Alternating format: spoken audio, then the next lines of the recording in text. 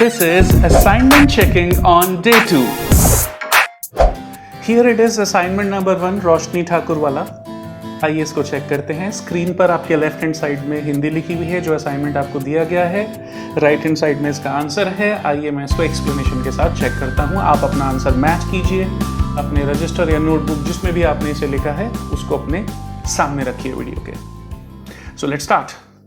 मेरा नाम रोशनी ठाकुर है. My name is Roshni Thakur. आप नेम से पहले एन या द नहीं लगाएंगे. My name is Roshni Thakur. An Roshni Thakur. कुछ लोग द लगा देते हैं नाम से पहले. द रोशनी ठाकुर नहीं आएगा. माई नेम इज रोशनी ठाकुर. मैं 40 साल की हूँ. I am 40 years old. यहाँ भी नहीं आएगा. मैं एक गृहिणी हूँ. I am home maker. Home maker एक नाउन है जो सिंगुलर भी है और काउंटेबल भी है, इसीलिए हमने इसके साथ इंडेफिनिट आर्टिकल लगाया है. आर्टिकल्स एक बहुत डिटेल का टॉपिक है जो आप आगे आने वाले कोर्स में सीखेंगे. यहाँ पर होम मेकर के साथ हमें लगाना है. I am a home maker. मेरे परिवार में मुझे मिलाकर 4 सदस्य हैं. There are 4 members in my family including me. ये जो स्ट्रक्चर है देयर आर वाला, ये इंट्रोडक्टरी प्रोनाउन देयर है. ये टॉपिक 2 है. अभी हम verb to be with subject सीख रहे हैं टॉपिक 1. इसके बाद verb to be with there and it सीखेंगे टॉपिक 2. तो ये शायद आप में से बहुत स्टूडेंट्स ने ये वाला सेंटेंस गलत किया होगा. कुछ स्टूडेंट्स ने अगर ऐसे लिखा है कि I have 4 members in my family including me, वो भी ठीक है. There are 4 members in my family including me, ये भी ठीक है. अगर आपने लिखा है I am having, that is a wrong sentence. I am having बिल्कुल नहीं हो सकता, गलत है. So, मेरे परिवार में मुझे मिलाकर 4 सदस्य हैं. There are 4 members in my family including me. मेरे पति एक सरकारी कर्मचारी हैं. My husband is, सिंगुलर है, a government employee, कॉम्प्लीमेंट है सेंटेंस में. और मेरी दोनों बेटियां स्कूल जाने वाली विद्यार्थी हैं. And both of my daughters are school going students. ये एक कॉम्प्लेक्स सेंटेंस है. हमने 2 सेंटेंसेस को एक कनेक्टर और से जोड़ा है और एक बड़ा सेंटेंस बना दिया है. नेक्स्ट, मेरी बेटियां बहुत प्यार करने वाली और ध्यान रखने वाली हैं.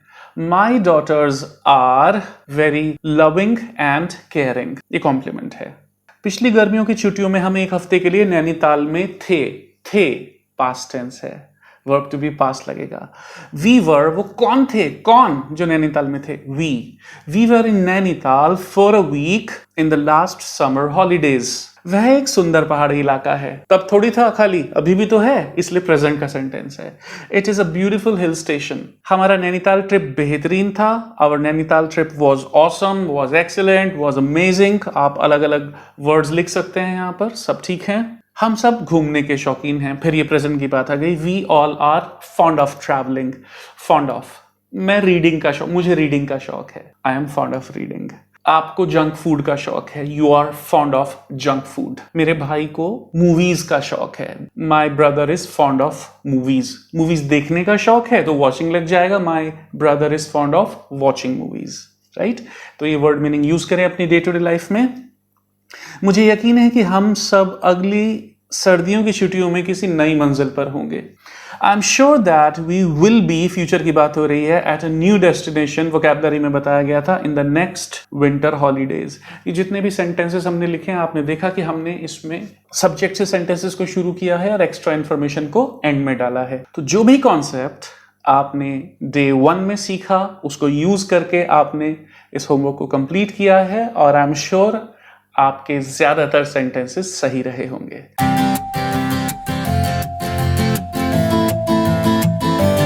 Basic course level 1 week 1 day 1 में मिला ये सेकेंड असाइनमेंट है.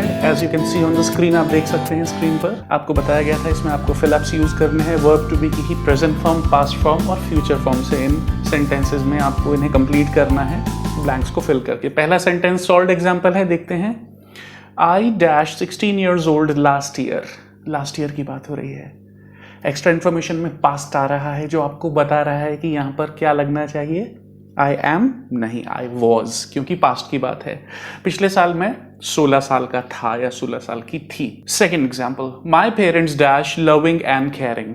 अब देखिए 3 ऑप्शंस हैं हमारे पास, हम यहाँ प्रेजेंट लगाएं, पास्ट लगाएं या फ्यूचर लगाएं। अब अगर आप इस दुनिया में हैं तो पेरेंट्स तो आपसे पहले ही ऑलरेडी हैं, फ्यूचर तो हो नहीं सकता। इस सेंटेंस में कहीं भी पास्ट की बात नहीं आ रही है। दुर्भाग्य से अगर किसी के पेरेंट्स इस दुनिया में नहीं हैं और वो ये बताना चाहते हैं कि वो कैसे थे, तो वो व्यक्ति कहेगा my parents were loving and caring. लेकिन यहाँ पर इस सेंटेंस में हमको नहीं पता है कि ये सेंटेंस कौन बोल रहा है, तो हम कुछ एज्यूम तो करेंगे नहीं, अपने मन में ही बात नहीं बना लेंगे। तो इस सेंटेंस को आइडियली हमको प्रेजेंट में लेना है, तो हम कहेंगे my parents are loving and caring, क्योंकि सब्जेक्ट प्लूरल है और प्रेजेंट का sentence. Third, GGYG English learning program dash useful for us in near future. एक तो सेंटेंस में ही फ्यूचर लगा हुआ है, तो आपको पता है आपको यहाँ विल भी लगाना है। GGYG English learning program will be useful for us in near future. आने वाले भविष्य में, निकट भविष्य में GGYG इंग्लिश लर्निंग प्रोग्राम हम सबके लिए यूजफुल होगा, उपयोगी होगा। नेक्स्ट, जवाहरलाल नेहरू। हम किन की बात कर रहे हैं? जवाहरलाल नेहरू। पहली बात, वो इस दुनिया में नहीं है। दूसरी बात, बहुत पहले, और वो प्रथम प्रधानमंत्री थे इंडिया के, यानी कि बहुत साल पहले थे। तो सेंटेंस चीख चीख कर कह रहा है कि वह पास्ट का सेंटेंस है। Jawaharlal Nehru was the first prime minister of India. Jawaharlal Nehru हमारे देश भारत के प्रथम प्रधानमंत्री थे। Next, Narendra Modi is a popular Indian politician. Narendra Modi एक बहुत ही प्रसिद्ध इंडियन पॉलिटिशियन है। सब जानते हैं कि वो बहुत प्रसिद्ध हैं, सिर्फ इंडिया ही नहीं पूरे वर्ल्ड में पॉपुलर हैं।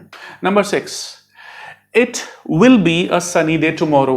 टुमारो कल की बात हो रही है, तो हम इज नहीं लगा सकते, वॉज तो बिल्कुल नहीं लगा सकते। कल एक धूप भरा दिन होगा। सनी डे मतलब एक धूप भरा दिन।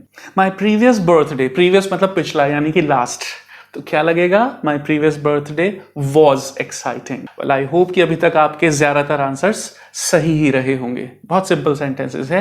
India will be a developed country bye 2030। 2030 तक भारत एक विकसित देश होगा। उम्मीद करते हैं कि शायद इससे पहले ही हो जाए, लेकिन 2030 तक होगा, भविष्य की बात हो रही है। Number 9, cow is a sacred animal for Hindus. Sacred is पवित्र लिखा हुआ है। गाय हिंदुओं के लिए एक पवित्र जीव है, पवित्र जानवर है। Number 10, water will be a scarce resource in 2050। Scarce is दुर्लभ, जिसकी उपलब्धि बड़ी मुश्किल से हो। Water will be a scarce resource in 2050। 2050 में पानी एक दुर्लभ संसाधन होगा। दुर्लभ संसाधन मतलब जो बड़ी मुश्किल से मिलेगा।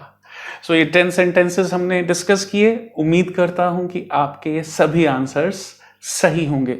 अगर सही नहीं है तो भी कोई प्रॉब्लम नहीं है। आज की क्लास में हम इस तरीके के बहुत सारे सेंटेंसेस प्रैक्टिस करने वाले हैं हमारे सेक्शन फन विथ प्रैक्टिस में। तो ये वीडियो खत्म होते ही आप इसी फोल्डर में आज की डे 2 की क्लास का वीडियो क्लिक करें and let's have some fun. See you there.